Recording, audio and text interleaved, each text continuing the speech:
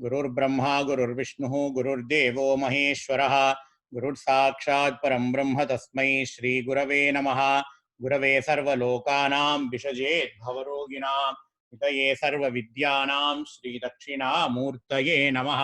श्रुतिस्मृतिपुराणानाम् आलयं करुणालयं नमामि भगवत्पादशङ्करं लोकशङ्करं पारकरुणासिन्धुं ज्ञानदं शान्तरूपिणं श्रीचन्द्रशेखरेन्द्रगुरुं प्रणमामि मुदान्वहं। सद्गुरुचरणारविन्दाभ्यां नमः।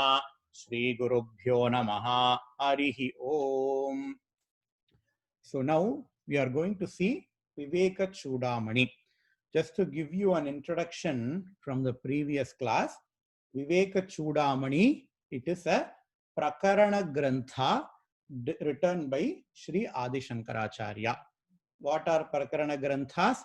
Prakarana Granthas are independent Vedantic works of Adi Shankaracharya based upon the Prasthanatraya, which are the Upanishads, Brahma Sutra and Bhagavad Gita. Adi Shankaracharya collected ideas from the Prasthanatraya, arranged them in a very logical and simplified manner, and he has given out this Viveka Chudamani Grantha. And what does it deal with? It deals with moksha, which is the Parama Purushartha, or the highest goal of the human life. And why should one study Viveka Chudamani? Because we need to remove misconception about our own selves and to understand that our true nature is unlimited happiness, infinite happiness, so that we don't have to depend upon any other external or unreliable source of happiness. And who can study Viveka Chudamani? It is a very beginner level text. It is really like a 101 level text that everybody, all the beginners can study. And when can one study Viveka Chudamani?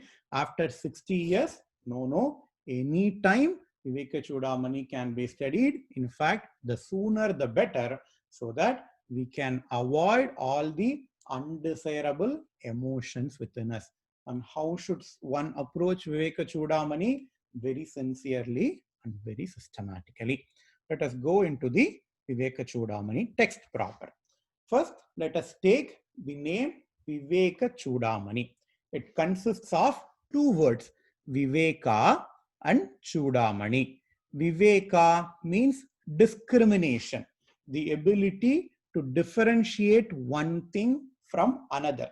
That is called as Viveka. And what is Chudamani? Chudamani is the crest jewel. It is that ornament which is normally worn on the top of the head. You can remember this word Chudamani if you have listened to Ramayana or Sundarakanda. In Ramayana, Rama has given Sita. When Sita was in Ashokavana, Rama will give his Modaram, will give his Anguliyaka, his ring to Sita, and in return, Sita gives her Chudamani to Rama through Hanuman. So Chudamani is an ornament that is worn on the top of the head. And literally, it is the very prominent ornament that one normally wears. Because when we see another person, we don't start to see from their leg, right? When we see another person, we normally see their face. And in the face, on the top of their head, lies this Chudamani. So the Chudamani is a very, very prominent jewel. It is given a lot more importance. And this text is called as Viveka Chudamani because it is going to teach us the Chudamani of all the Viveka. Meaning, it is going to teach us that prominent discrimination. And discrimination between what and what? Chemistry or physics? No. Because if you learn to differentiate between chemistry and physics, it is not going to get me moksha, right? What does get me moksha? Only if I differentiate between Atma and Anatma Vastu, the permanent source of happiness and all the temporary sources of happiness. Only if I have that kind of discriminatory knowledge, it is going to be the Chudamani of all the discriminatory knowledge, right? So Viveka Chudamani, it basically teaches you that happiness, when dependent upon any external source, is impermanent. And it tells that realizing that our own self is the source of unlimiting happiness. It is basically discriminating between self and non-self. Viveka Chudamani is going to teach us what is self and what is non-self. Okay, so in this class, we are going to see the Mangala Charanam, the invocatory prayer, and the worthiness of human life. This is the first shloka of Viveka Chudamani. Sarva Vedanta Siddhanta Gocharam Tamagocharam Govindam Paramanandam Sadgurum Pranatosmyaham. Normally, in our tradition, whenever a text is written, the first shloka is going to be a Mangala Charana shloka, meaning the author will pray for his guru or to the Bhagavan for the completion, for the fulfillment of the text, and for the proper transformation of knowledge, for the proper transformation of knowledge from him to his Sishya. So here Adi Shankara is praying to his own guru. So Adi Shankara's guru is Govinda Bhagavat Padacharya, and Govinda Bhagavat Padacharya's guru is Gauda Padacharya. Gauda Padacharya is very famous for his Mandukya Karika. In fact, it is called as Gauda Pada Karika as well. But we don't get any text written by Govinda Bhagavat Padacharya. So in this shloka, Adi Shankara prays to his own guru, Govindam. Govindam Pranatosmyaham. I pay my respects to my own guru, Govinda. And what kind of guru Govinda is? Govinda is a Sat Guru. What is Sat Guru? If somebody teaches you business, you call them as business guru. If somebody teaches you fashion, that person is called as a fashion guru, right? Because Govinda Bhagavat Padacharya taught Adi Shankara about Brahman, and technically Brahman is called as the Satvastu. Govinda Bhagavat Padacharya here is referred to as Sat Guru because he taught about the Sadvastu, which is the Brahma Vastu. Why is Brahma Vastu called as Sadvastu? That we will see in the text itself. And what is the nature of Govinda Bhagavat Padacharya? Parama Anandam. Because I told you, Viveka Chudamani is all about finding happiness. Anandam, right? And how can I teach about Anandam to someone if I myself don't know what is the Ananda is? If I'm going to teach another person about Ananda, then I have to be happy. I cannot be a Mushudu and teach other person about happiness, right? Because Govinda Bhagavat Padacharya is a great Jivan Mukta. He is a Mukta Purusha, and he understood that he himself is convinced with that he is the nuclear power of Ananda, and he does not need an external source for Ananda. Here Adi Shankaracharya refers to Govinda Bhagavat Padacharya as Parama Anandam, the highest Anandam. So Govindam Sadgurum Pranamamyaham, Paramanandam Govindam Sadgurum Pranamamyaham. So Adi Shankaracharya, even in this Mangalacharana shloka, he actually starts teaching itself. Here, the first line is a very important teaching that we always have to keep in mind if we are reading Vedanta. And what is that teaching? That Brahmavastu, that Anandavastu can be known only through scriptural studies. Sarva Vedanta Siddhanta Gocharam. Gocharam means, in this context, be the subject matter of. Subject matter of what? Sarva Vedanta Siddhanta. Vedanta, the end portion of Vedas. The Brahman, the Paramananda Vastu, can be the subject matter of Sarva Vedanta and Siddhanta. It can be known only through Vedanta, only through scriptural studies. That's why Paramanandam is called as Sarva Vedanta Siddhanta Gocharam. And what is the next word? Tam Agocharam. Agocharam means it cannot be understood through any other means of knowledge or any other means of sensory perception. If somebody wants to see Brahman, it is not possible. They can know Brahman only through scriptural studies. And Adi Shankara, even in this first shloka, tells that, in Brahma Sutra, there is a sutra called as Shastrayo Nitvat. Athato Brahma Jagnasaha is the first sutra. Janmadhyasya Yadaha, second sutra. Third sutra is Shastrayo Nitvat. You can know that Brahman only through Shastra, only through scriptural studies. So in summation, this shloka Adi Shankaracharya says, salutations to that Guru Govinda who taught me about the Sadvastu, who taught me about the Brahmavastu, which is my own self of the nature of happiness, and that can be obtained only through Vedanta, only through scriptural studies, and that knowledge cannot be obtained from any other source of knowledge, neither direct nor indirect. So this is the Mangalacharana shloka that Adi Shankaracharya has written for this Viveka Chudamani. It is so tiring, right? So let us keep everything aside, and I'm going to tell you about two stories. It is about two movies I'm going to talk to you about. One movie is Jumanji. We all might have seen Jumanji. It is an English movie. And another movie that I'm going to talk about is Arunachalam. This is a Tamil movie. It might have been dubbed into other Indian languages. What does Jumanji and Arunachalam do with Vedanta and Viveka Chudamani? Let's play this game, and then in the end, you yourself will understand. What happens in Jumanji?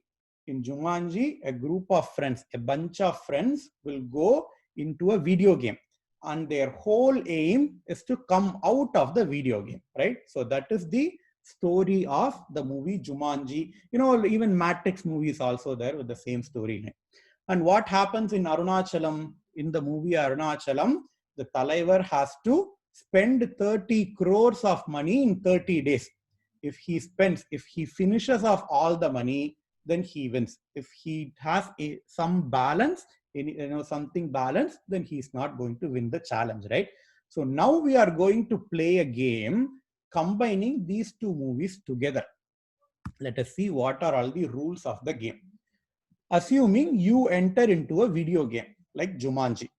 In that video game, every day morning, you have to go to a bank. So this blue person is you, and you have to go to a bank. I'm going to name that bank as KBS Bank. The explanation I'll tell later.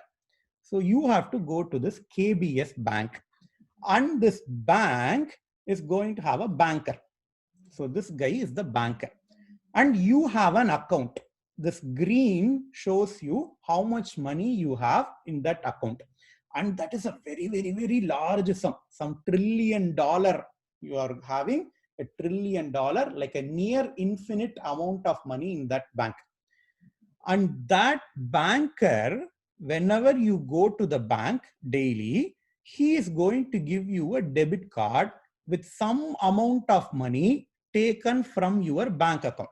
So it is a debit card with a limited balance. You can only spend, say, $5,000 or $200, depending upon the mood of the banker. If the banker wants to give you a lot of money, he will give you $1 million. But if the banker wants to give you only $10, he will give you only $10 daily. So he is going to give you that debit card to you. And your whole aim, if you want to get out of the game, is to make this balance zero. Make the balance of the original account zero. And banker is going to give you small amounts. He's going to give you a debit card with small limits. And you basically take the debit card, you go and do some adventures. That adventures will either give you pleasure or it can also give you pain. And you go and you do the adventure, and during the adventure you spend your money in the adventure, and whenever you spent all of the money, next day you come to the banker again.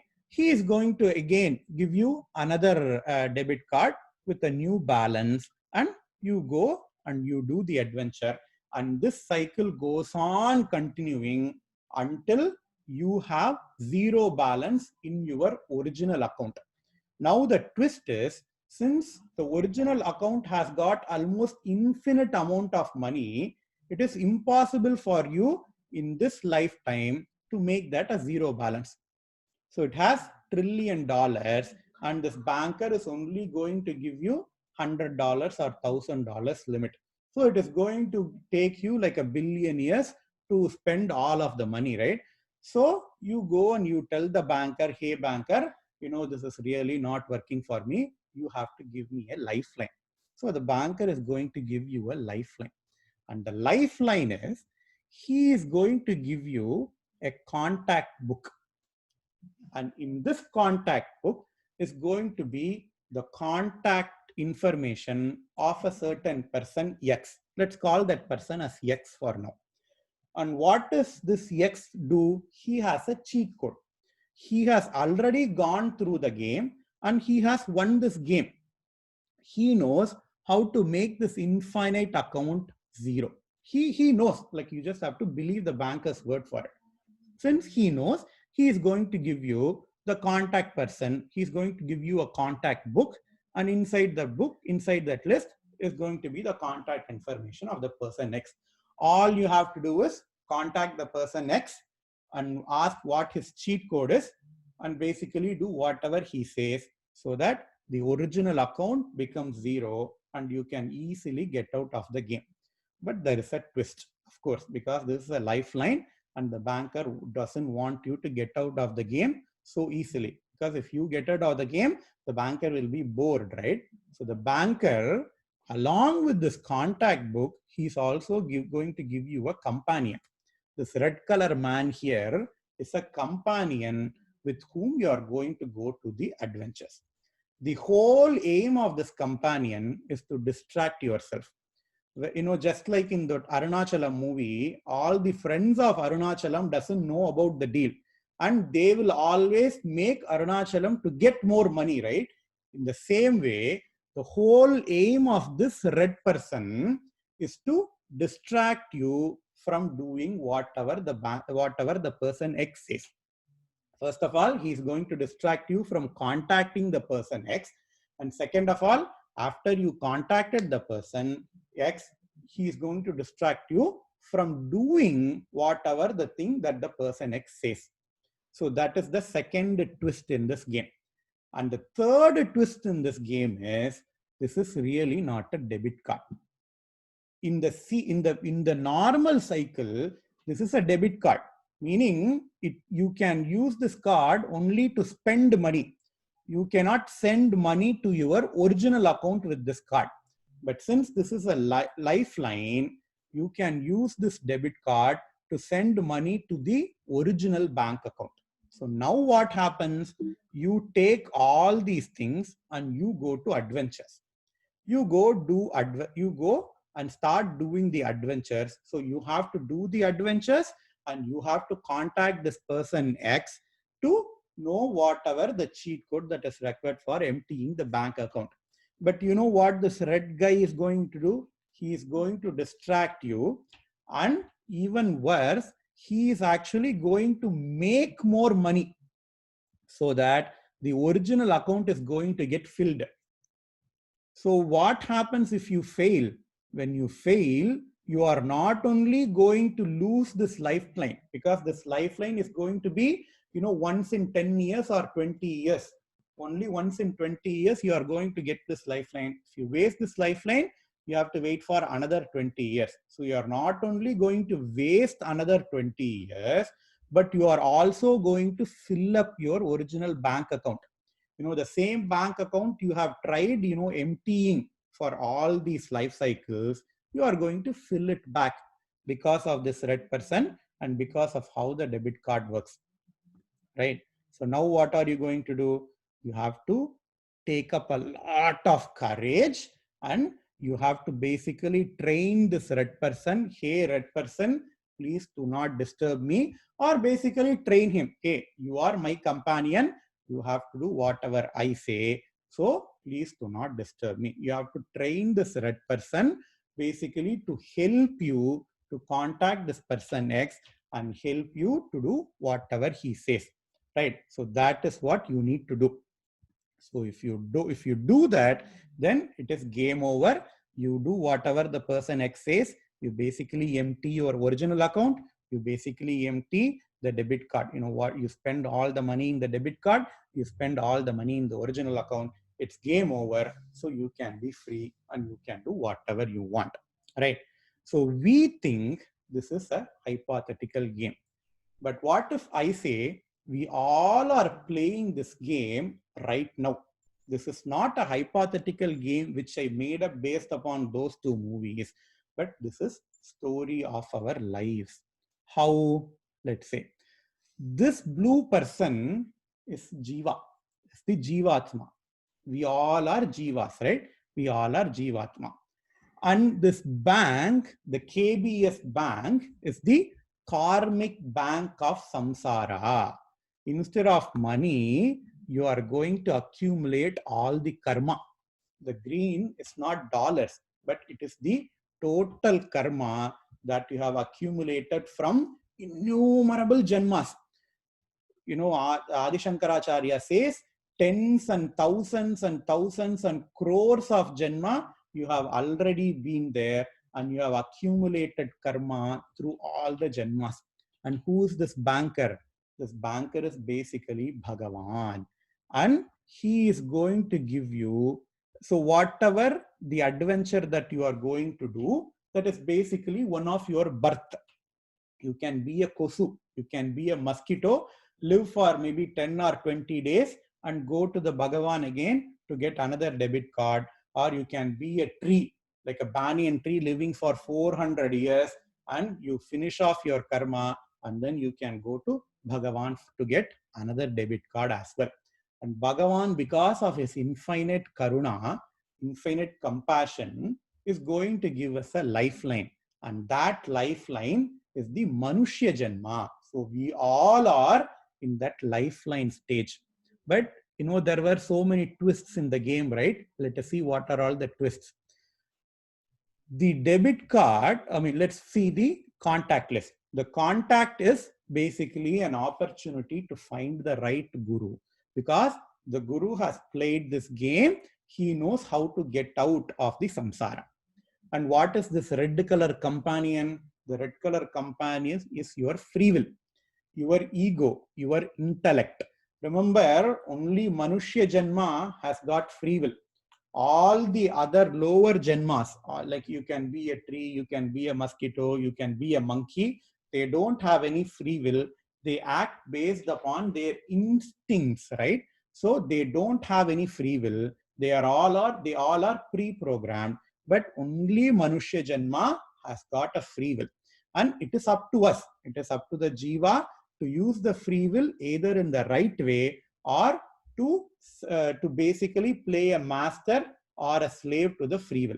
If you play master to the free will, if you master your ego or intellect and your free will, you can basically, you know, use the free will to find the right guru and get moksha. Or if you are going to play slave for your free will, then basically they are the masters and your ego or your intellect is going to be the master, and I'm pretty sure they are not going to allow you to find out the guru, or even if you find the guru, they are not going to allow you to do whatever the guru says. And what about the special debit card? Because you have got the free will, Only Manushyas can earn karmas. Other people can only enjoy the karmas. Meaning whatever punyam or papam, you can earn punyam or papam only in Manushya Janma. When a dog bites someone, the dog is not going to get papam for biting. On the other hand, if you bite someone, you are going to get papam. When a dog is helping its cubs,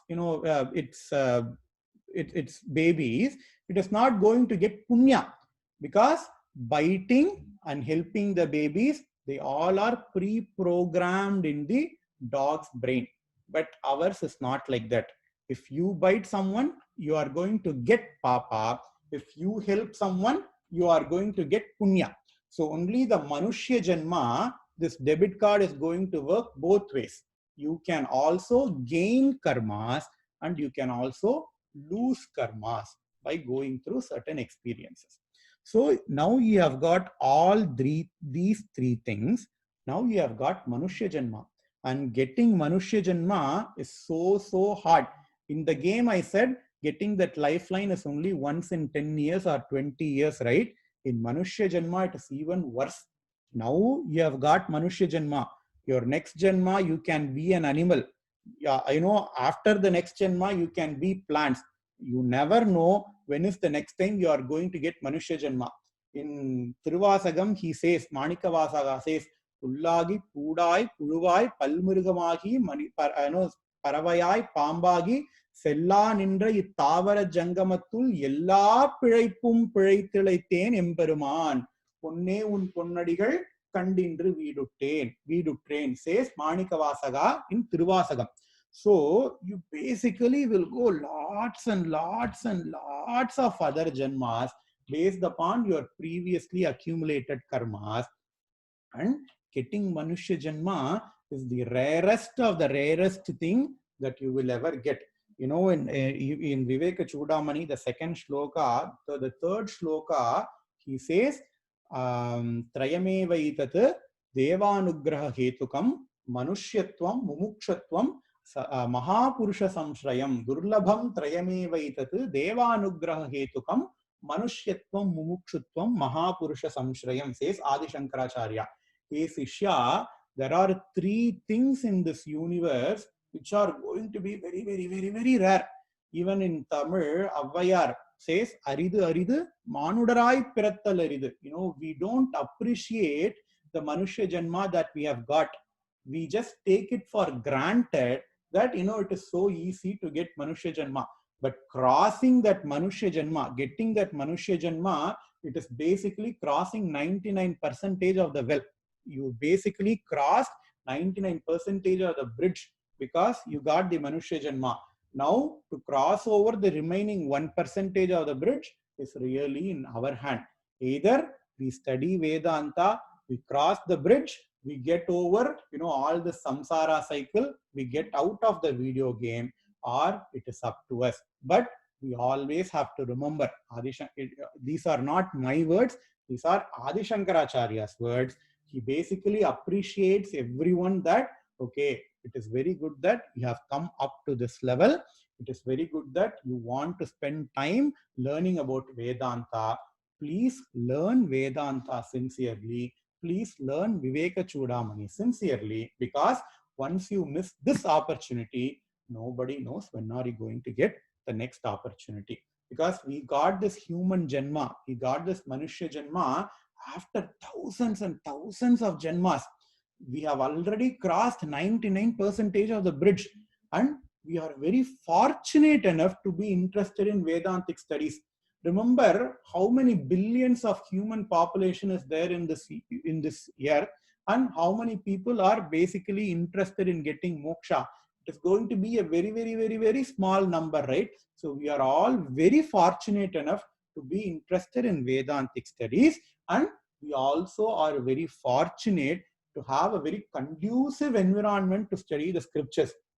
In olden days, 1000 years back, when you go to a guru, ask him to teach you anything, he will never teach you anything. You basically have to spend first 10 years of your life, 10 years of your sishyatvam, by doing all the menial jobs to the Guru. You know, you have to wash his clothes, you have to go out for bhiksha, you have to cook his food, you have to massage the Guru, you have to do all the things. And only after 10 years, he will slowly start teaching Agara Mudala Edithalla. You know, only the first thing, Atato Brahma Jnasa, he will start to teach only after 10 years. But now it is not like that. We all are comfortably sitting in our living room. We have our AC, air conditioning things on.